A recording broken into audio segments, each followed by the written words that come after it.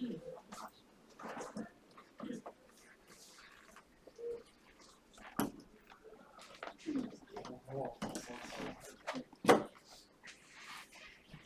à Dieu. Bonjour à tous, bonjour à toutes. C'est une joie d'être parmi vous. C'est un honneur de partager le bon conseil du Seigneur. Je le pense.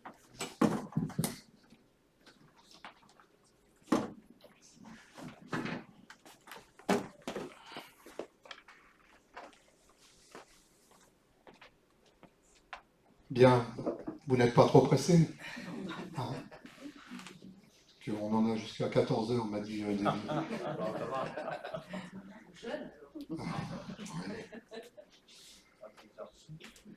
Alors, avant de partager le conseil de Dieu, je vais vous parler de moi, parce que c'est un sujet intéressant, puisque je suis précieux aux yeux de Dieu. On est venus, mon épouse et moi, relativement âgés au Seigneur, avec chacun un passé différent, mais un passé complètement opposé au Seigneur. Voilà. Avant de donner ma vie à Dieu, de reconnaître Jésus comme mon sauveur personnel, voilà, j'étais alcoolique, j'étais drogué, j'étais voleur, j'étais menteur, j'étais violent. J'étais opposé au Seigneur, j'étais militant anarchiste, donc vous voyez, c'est un peu éloigné de Dieu quand même. Et puis, pour faire court, parce que sinon c'est pas 14 heures, ça sera 16 heures. Pour faire court, un jour, une amie chrétienne qui était des ADD de Reims, chez laquelle nous étions rendus, a parlé du Seigneur à mon épouse et instantanément elle a été touchée par la grâce de Dieu. Elle a été remplie de l'amour de Dieu. Et au retour, on habitait à cette époque à Jean-les-Pins. Elle est allée à l'église du Châtaignier à Antibes, voilà, avec notre seconde fille. Et moi je disais, tu vas à l'église si tu veux, du moment que la soupe elle est servie, à l'heure et chaude. Moi ça ne m'intéressait pas. Voilà. Et pour des circonstances sur lesquelles je ne vais pas trop m'étendre, mais je suis quand même allé à l'église. Voilà, le Seigneur, vous savez, quand il a une idée, voilà. Ma mère a été abandonnée à l'âge de 6 mois. Et il était une époque, je me souviens, quand j'étais ado, avec mon père, ils ont essayé de retrouver la famille de ma mère. Ils sont allés à Montfermeil une fois, et ils sont revenus après en banlieue chez nous, et ils ne sont plus jamais retournés dans cet endroit-là. Et à l'église d'Antibes, moi j'ai vu qu'il y avait un pasteur retraité qui s'appelle Scovaja, Paul Scovaja, qui est à l'origine de Kinchalange en France. Et ma mère s'appelle Scovaja. Voilà. En tchèque, ça veut dire cache-toi, tais-toi. Donc je suis allé à l'église pas pour Dieu, pour rencontrer Paul, en me disant peut-être que c'est de la famille de ma mère. Ma mère était décédée depuis longtemps déjà, mais voilà. Et je suis allé à l'église pour rencontrer. Et le pasteur, parce que vous savez que les pasteurs sont finaux quand même. Le pasteur, donc Patrick Salafranc, en me voyant là, il m'a dit rentrez, et puis on peut se voir, etc. Et en fait, on s'est vu pendant 9 mois. Et au bout de 9 mois, au bout d'une grossesse, voilà, j'ai plié le genou. J'ai reconnu Jésus comme mon sauveur. Il m'a fallu ces 9 mois parce que j'étais loin de Dieu, parce que j'étais orgueilleux, parce que j'étais vaniteux. Je pensais que j'étais le plus grand, le plus fort, le plus intelligent, le plus beau. Il y a des choses de vraies dans ce que je dis, mais pas tout. Et voilà, je suis venu au Seigneur. Gloire à Dieu. Vous voyez, c'est pour ça, il n'y a pas de cœur assez dur, il n'y a pas de péché assez sombre que Dieu ne peut pas fracasser. Tout a été transformé dans ma vie. Et non seulement tout a été transformé dans ma vie, mais au bout de certain nombre d'années, à l'église d'Antibes, j'ai été reconnu comme ancien, on s'est occupé de l'agapé, de la friperie. J'ai été responsable d'une réunion de maison. Et pareil, pour diverses raisons, il a fallu quitter Juan-les-Pins. Et ce qu'il y a de merveilleux, c'est que notre seconde fille, on s'est fait baptiser le même jour, notre fille aînée et nous deux. Ma fille aînée était musulmane, elle était voilée, elle devait partir sur la bande de Gaza, servir le Croissant Rouge, être mariée avec un mec qu'elle ne connaissait pas. Et vous voyez la puissance de Dieu, elle est passée par les eaux du baptême le même jour que nous. Gloire à Dieu. Et notre seconde fille était trop jeune pour passer par les eaux du baptême. Elle a été baptisée après parce on s'est retrouvé à Montauban, dans le Tarn-et-Garonne. Et Anouk a été baptisée à Antibes, mais en étant à Montauban. Et elle est mariée avec notre gendre, ce qui est un peu normal. Et, euh, et il est pasteur, il a été pasteur 5 ans à Sarlat, là il est pasteur, ils viennent de prendre la responsabilité pastorale de la thèse de Luche. Gloire à Dieu. Et nous on a toujours eu, mon épouse et moi, on se connaît assez bien maintenant, on a 70 ans, on a 47 ans de mariage, on se découvre encore un petit peu chaque jour, mais on se connaît des choses. On avait vraiment sur le cœur, moi et ma maison, nous servirons l'Éternel.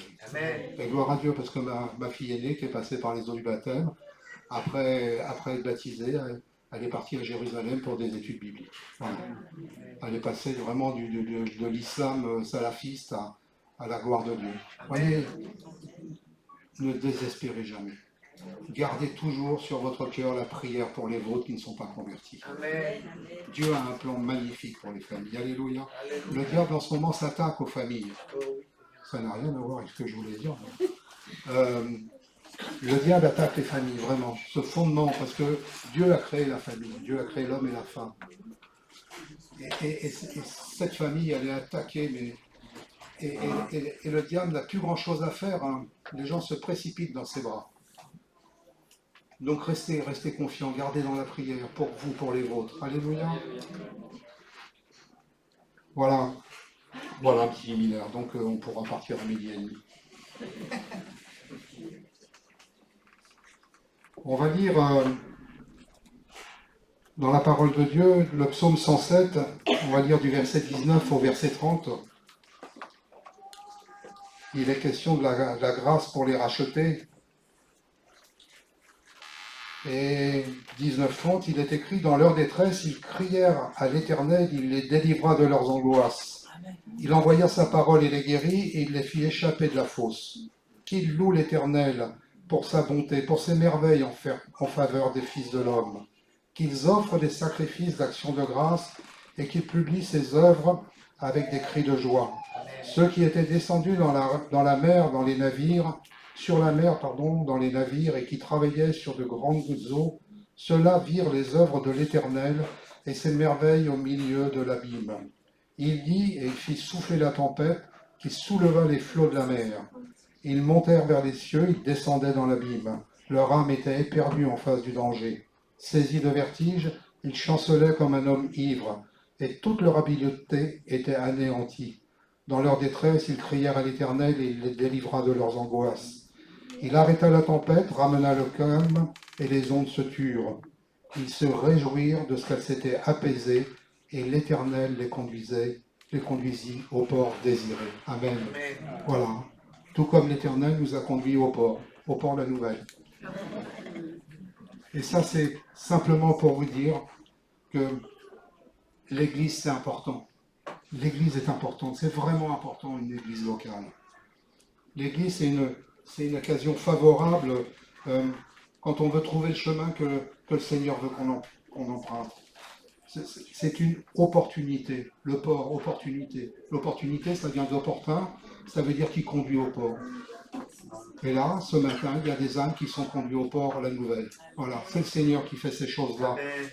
Cette opportunité, ça vient au bon moment, ça vient au bon endroit, ça veut dire que ce qui est bon, ce qui est favorable, qui est propice, c'est une occasion à saisir.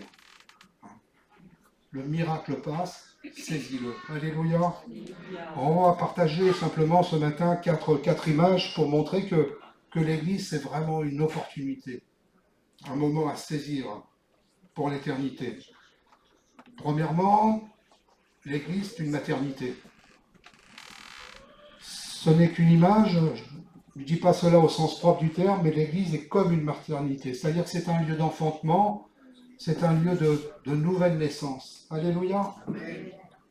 On peut lire cette parole prophétique qui a été écrite 1000 ans avant le Nouveau Testament, qu'on trouve dans le psaume 87, du verset 4 à 7. Je proclame l'Égypte et Babylone parmi ceux qui me connaissent. Voici le peuple des Philistins tire avec l'Éthiopie. C'est dans Sion qu'ils sont nés. Et de Sion, il est dit, tous y sont nés. Et c'est le Très-Haut qui l'a fermi. L'Éternel compte en inscrivant les peuples. C'est là qu'ils sont nés. Pause. Et ceux qui chantent et ceux qui dansent s'écrient, toutes mes sources sont en toi. Amen. Amen. Et ce passage, il nous transporte à Jérusalem quand les disciples ont été remplis du Saint-Esprit. Alléluia. Il y avait des gens qui venaient d'un peu partout. Hein. Il y avait des Parthes, des Mèdes, des Crétois, des Arabes, des Philistins, des Phéniciens, etc. Et tous ont été saisis par le Saint-Esprit. Et 3000 personnes, mes frères, mes sœurs, mes bien-aimés, ont reçu Jésus dans leur cœur. Et ils sont nés là, dit l'Écriture. L'Église est un lieu d'enfantement.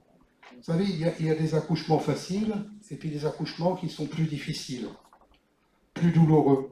Paul dit dans la Galates 4,19, « Mes enfants, pour qui j'éprouve de nouveau les douleurs de l'enfantement, jusqu'à ce que Christ soit formé en vous. » Littéralement, le texte en grec dit « J'enfante dans la douleur ». Pour un homme qui n'avait jamais été marié, Paul avait quand même compris qu'il y avait une similitude entre la naissance spirituelle et la naissance physique. Alors vous le savez aussi bien que moi, parfois il y a des accouchements qui se passent très bien. Il n'y a pas si longtemps, il y a une sœur qui me disait, moi ça s'est passé comme une lettre à la poste. Et puis par contre, pour d'autres, c'est plus difficile. C'est plus une lettre, c'est plutôt un paquet. Moi, quand je pense à ma pauvre grand-mère, je pense à elle au moment de son accouchement parce qu'elle a accouché de mon père qui pesait 5,5 kg. Donc je pense que ça n'a pas dû passer comme une lettre à la poste. Hein. Ça a dû être plutôt douloureux. Ça montre aussi que pour l'enfantement spirituel, dans l'Église, il y a des combats. Il y a des combats, il y a des luttes, il y a des nouvelles naissances qui sont naturelles, comme pour mon épouse, en une seconde où elle a été touchés par la grâce de Dieu, et puis il y a des naissances qui sont douloureuses, qui demandent la prière, qui demandent le jeûne, qui demandent des luttes. Vous savez, mes frères et mes sœurs, si vous êtes venus à Christ, soyez assurés, soyez certains que derrière votre venue au Seigneur, une personne ou des personnes ont prié pour vous. Alléluia. Amen. Alors quand une femme accouche, on dit qu'elle est en travail. Et mes frères, mes sœurs, l'Église aussi doit être en travail. Amen. Un travail d'enfantement. Parfois, on voit des gens venir à l'église, tout se passe bien, ils acceptent Jésus. J'ai le souvenir de Charles Gisquet qui nous racontait qu'à Tamponnières, la première église avant d'être à Saint-Agne, des gens passaient dans la rue et rentraient dans l'église et étaient touchés par les cantiques et par la grâce de Dieu. Et puis, il y en a pour d'autres, c'est plus difficile, il y a des combats, ça prend du temps, comme moi. Mais l'église, elle est en travail. Et puis ma prière pour ce matin, pour vous, c'est Seigneur, fais que l'Église de Port-la-Nouvelle soit en travail pour le salut des âmes. Amen. Alors c'est vrai que s'il y a des douleurs après une naissance, il y a aussi de la joie. Jésus le dit dans Jean 16, 21, la femme, lorsqu'elle enfante, éprouve de la tristesse parce que son heure est venue. Mais lorsqu'elle a donné le jour à l'enfant, elle ne se souvient plus de la souffrance à cause de la joie qu'elle a de ce qu'un homme est né dans le monde. Amen. Est-ce que c'est vrai cela? Amen. Moi, je ne peux pas vous en parler, je n'ai pas accouché.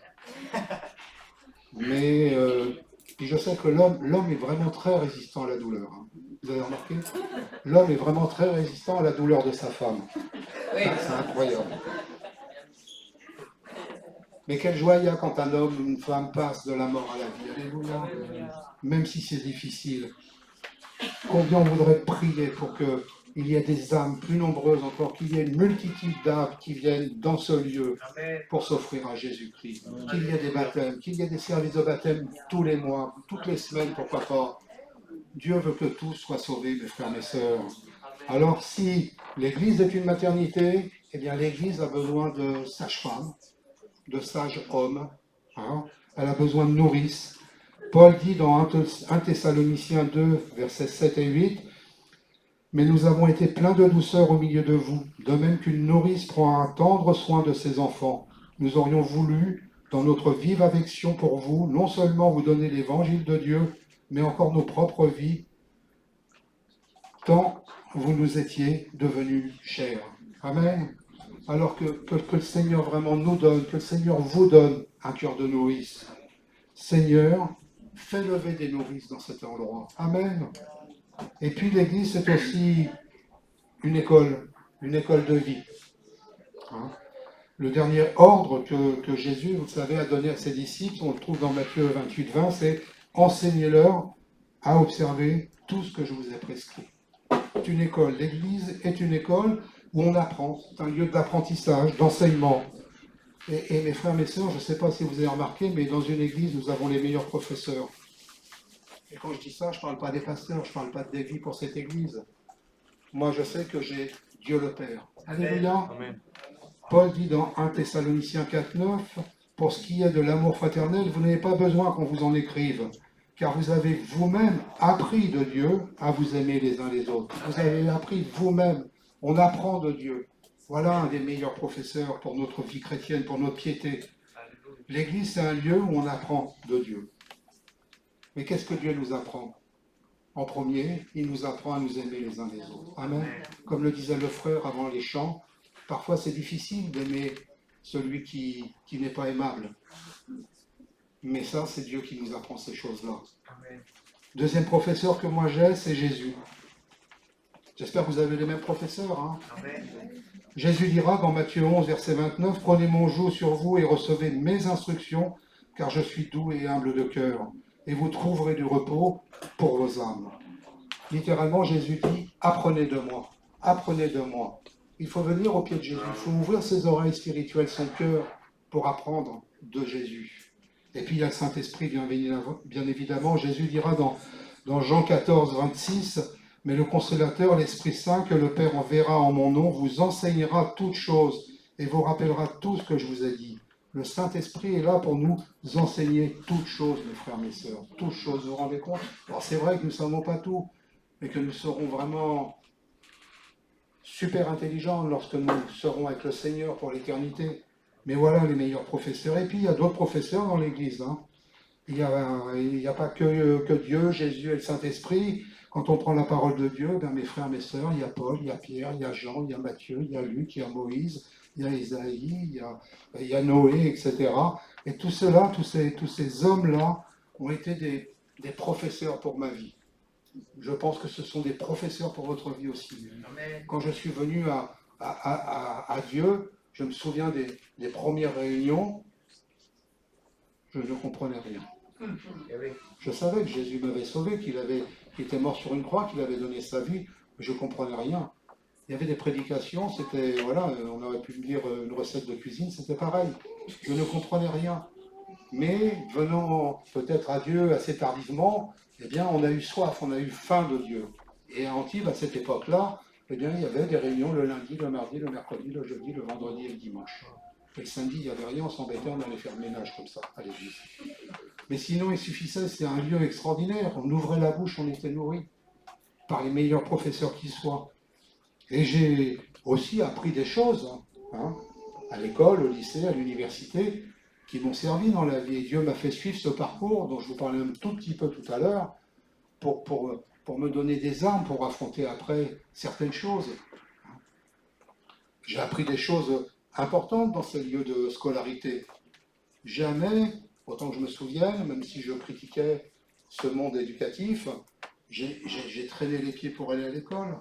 Et j'espère que vous, dans votre vie spirituelle, vous ne traînez pas les pieds pour venir à l'église.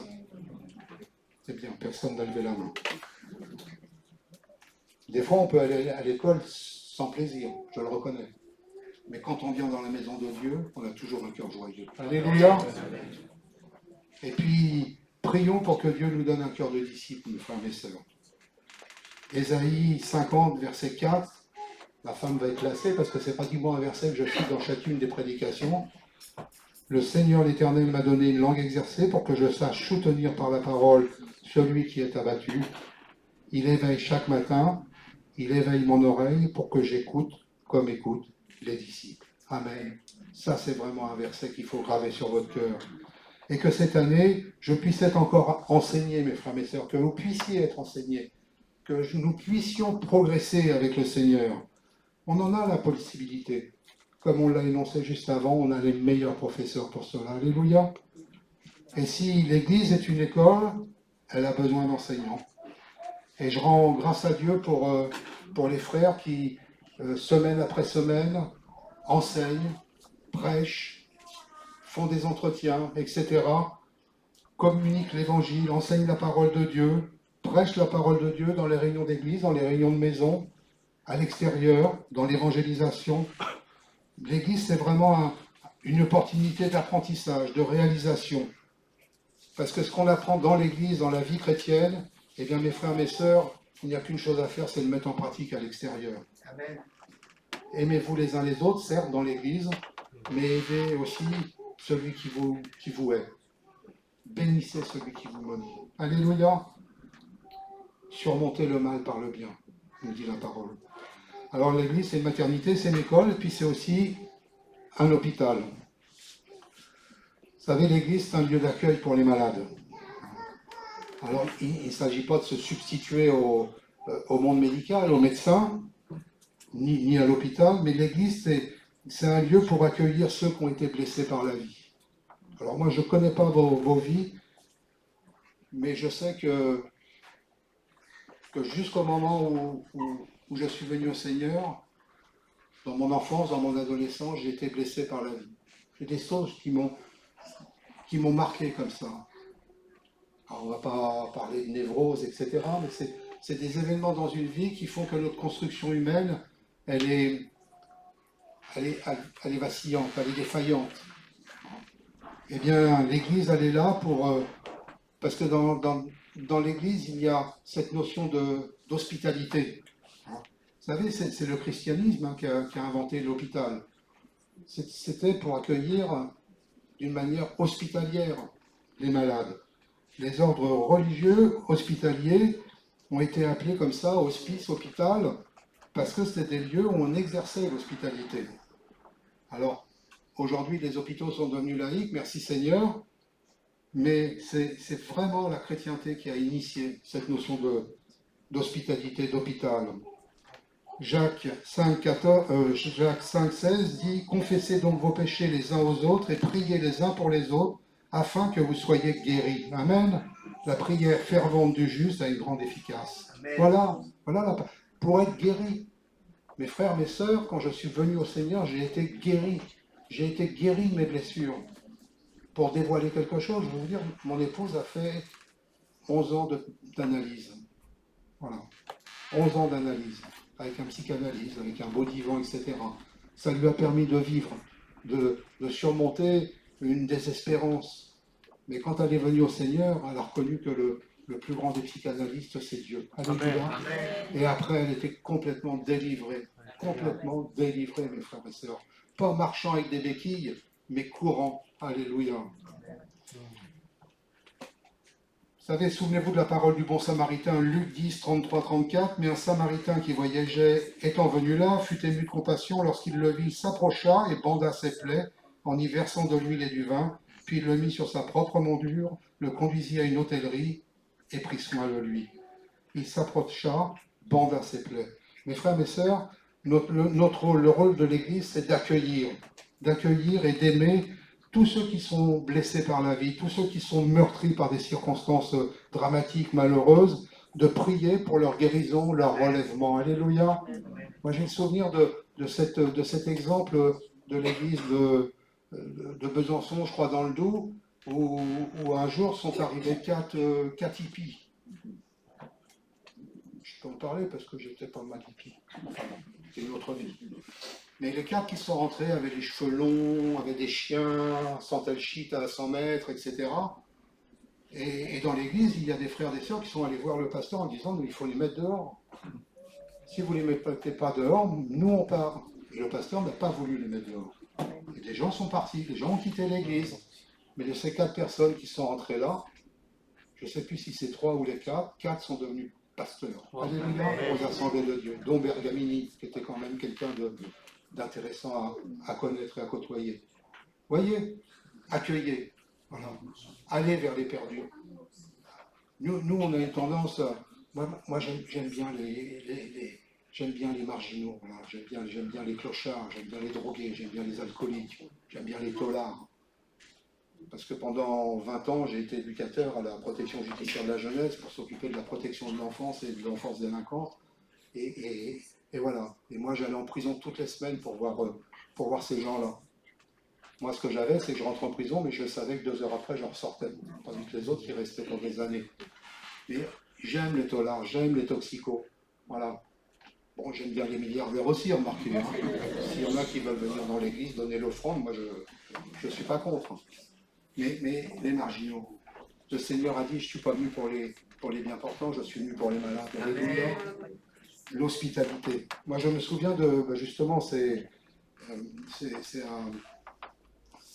à Antibes qu'il y a eu ce témoignage où un vendredi soir de réunion, une femme est rentrée, elle avait les bras en sang. Voilà, elle s'était vraiment prise de bec avec son mari, elle avait quitté la maison, elle était désespérée, elle s'était entaillé les bras du coude jusqu'au poignet. Voilà. Et dans l'église d'Antibes, il y avait une aide-soignante, il y avait une infirmière, il y avait une médecin qui sont chargés de la soigner, voilà, de bander les plaies, et puis après elle est restée avec les anciens pour discuter, etc. Et puis il a fallu la raccompagner chez elle, parce que c'est vrai qu'il n'y avait pas de lieu pour la loger, elle était en sécurité. Mais le lendemain, elle a appelé l'église, elle a appelé le pasteur en disant une chose, merci pour votre hospitalité. L'hospitalité. Vous voyez, l'hôpital, la guérison, le relèvement, c'est le même mot, mes frères, mes sœurs. Et c'est vrai que quand on a des paroles comme ça, on se dit que quand on est dans une église, on y est bien. Si on accueille les perdus, si on accueille les paumés. Alléluia. Jésus nous donne un ordre dans Luc 10, verset 9, « Guérissez les malades qui s'y trouveront et dites-leur, le royaume de Dieu s'est approché de vous. » Amen.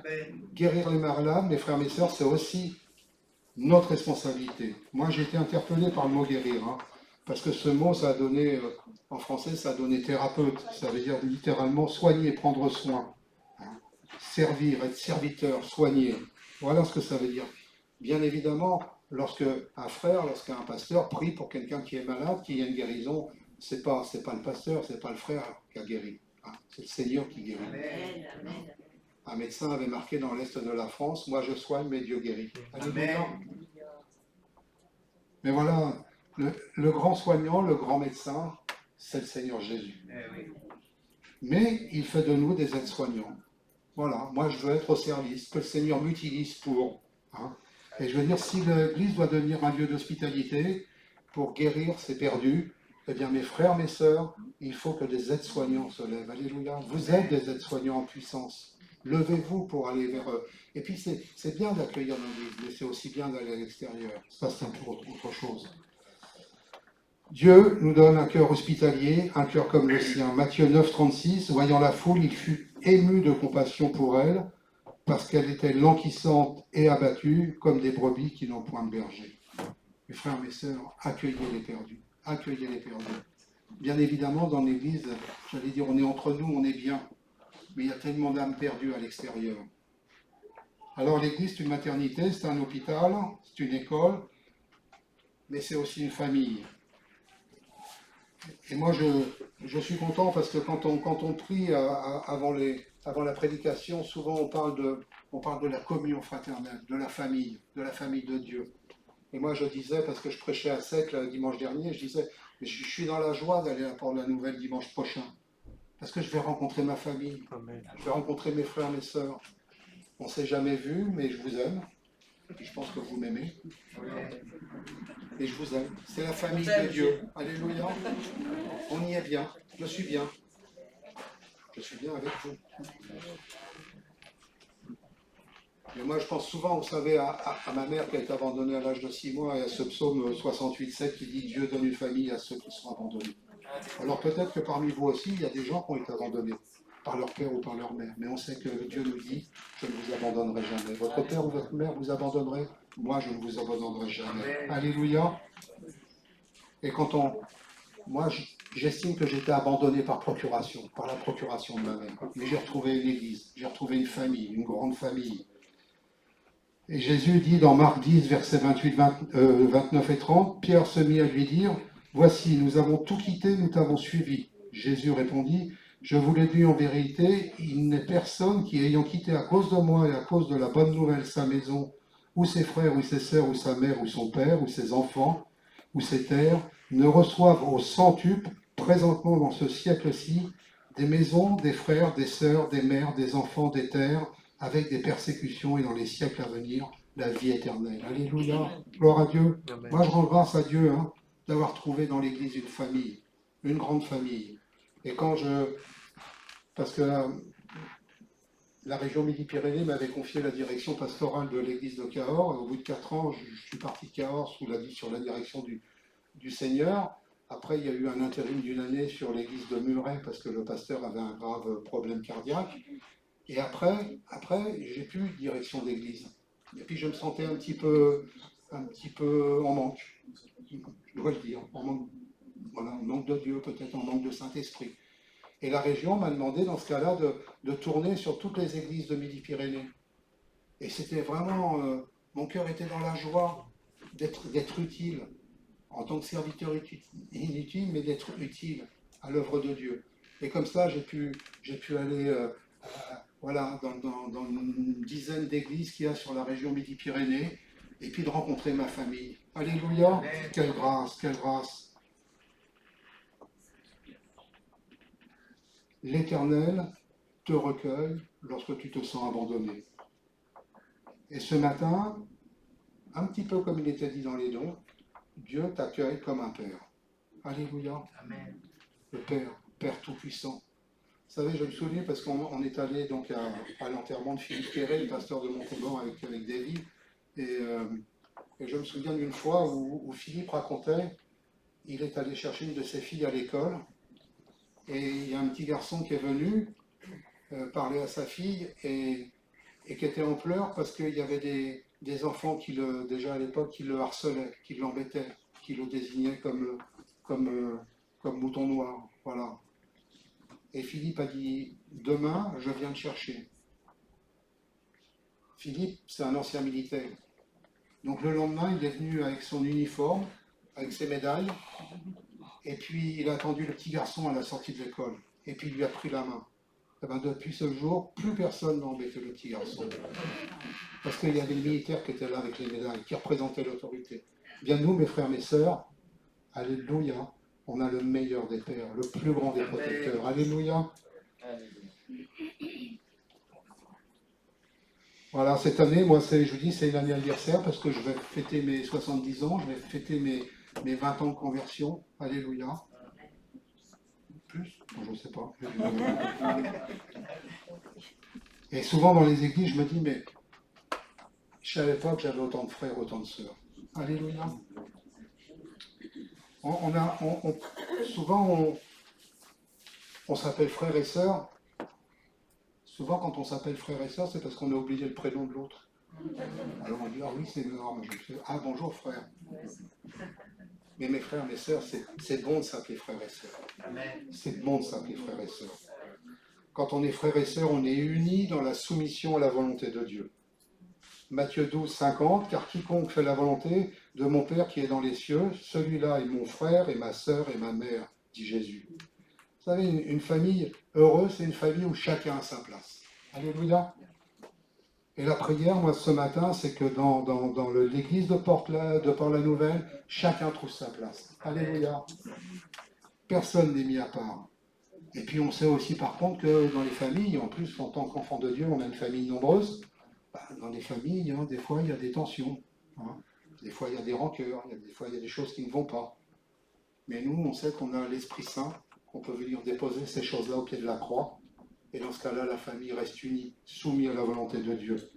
Donne-moi un cœur, Seigneur, pour aimer mes frères et mes sœurs. Donne-moi un cœur. À un moment, on s'est occupé donc de la friperie de l'Agapé, et à la friperie, on recevait des tas de vêtements des gens de l'extérieur, et on triait. Enfin, surtout moi, non, je ne triais pas. Enfin, je triais, avec des frères et des sœurs, et pour redistribuer après. Et il y avait une sœur dans l'église, nous on était jeunes convertis aussi, et ma femme me disait, bon, je vais aller travailler à la friperie, mais pourvu que je ne travaille pas avec cette sœur-là, parce qu'elle est braque, elle est brusque, elle n'est pas aimable, elle ne sourit pas et tout ça. Et bim, qu'est-ce qui s'est passé? On s'est mis ensemble. Voilà. Et en fait, Patricia est devenue, en plus d'une bonne sœur, une excellente amie. Alléluia.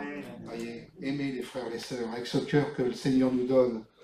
Nous, on est passé de la mort à la vie, et donc dans la vie, je suis né de nouveau, et je veux aimer mon frère et ma sœur. Alléluia. Vous savez, le mot frère, il vient d'une racine qui est la matrice, qui est l'utérus. Ça veut dire que frères et sœurs, on s'est sortis du même lieu. Et c'est pour ça qu'on a un cœur fraternel. 1 Pierre 2,17, honorez tout le monde, aimez les frères, craignez Dieu, honorez le roi. Amen, amen. Et c'est pour ça que l'Église, c'est une opportunité d'unité et d'affection. Alléluia. Alors pour conclure, hein, les 4 images, une maternité, une école, un hôpital, une famille, eh bien ma prière vraiment de ce matin, pour vous, mais pour les églises où je peux passer, c'est qu'on devienne des nourrices, qu'on devienne des sages hommes, des sages femmes, qu'on se lève si on ne l'est pas encore. Et qui veut devenir, par exemple, ce matin, le meilleur élève de la classe? Personne? Ah, si. Ah. Et puis aussi, peut-être lever des enseignants. Hein. Pas tout attendre d'un pasteur, d'un ancien, mais avoir des formations, se sentir prêt à s'engager pour le Seigneur, pour lui être utile. Des hommes et des femmes fidèles, capables de communiquer ce qu'ils ont reçu. Vous savez, c'est pas facile, hein, des fois, de communiquer ce qu'on a reçu. Voilà, de témoigner, comme on dit. Mais ce témoignage, il est essentiel. Entre nous, pour se fortifier, et à l'extérieur, pour attirer des âmes au Seigneur. Amen. Alléluia. Amen. Moi, quand j'ai été baptisé le dimanche matin à l'église, le lundi, je voulais prendre le bottin puis appeler toute la ville de l'Antibes. Vous savez, ouais, j'ai rencontré Jésus, c'est mon sauveur, et vous? Après, ma femme m'a arrêté quand même, elle m'a dit, mais tu arrête, t'es connu ici, donc... voilà. Et puis, qui veut devenir des aides-soignants, des soigneurs, voilà, pour les âmes blessées. On prie pour cela. Et puis, apprendre chaque jour à aimer mon frère, ma sœur, apprendre à se serrer les coudes, à être solidaire, hein, sans jugement. Voilà le programme que ce matin le Seigneur nous propose, en disant que l'Église reste un lieu d'apprentissage. Alléluia. Un lieu où on est bien, mais c'est une opportunité à saisir. Ça vous a offert, saisissez-le. Alléluia. Seigneur notre Dieu, notre roi, nous te bénissons pour ta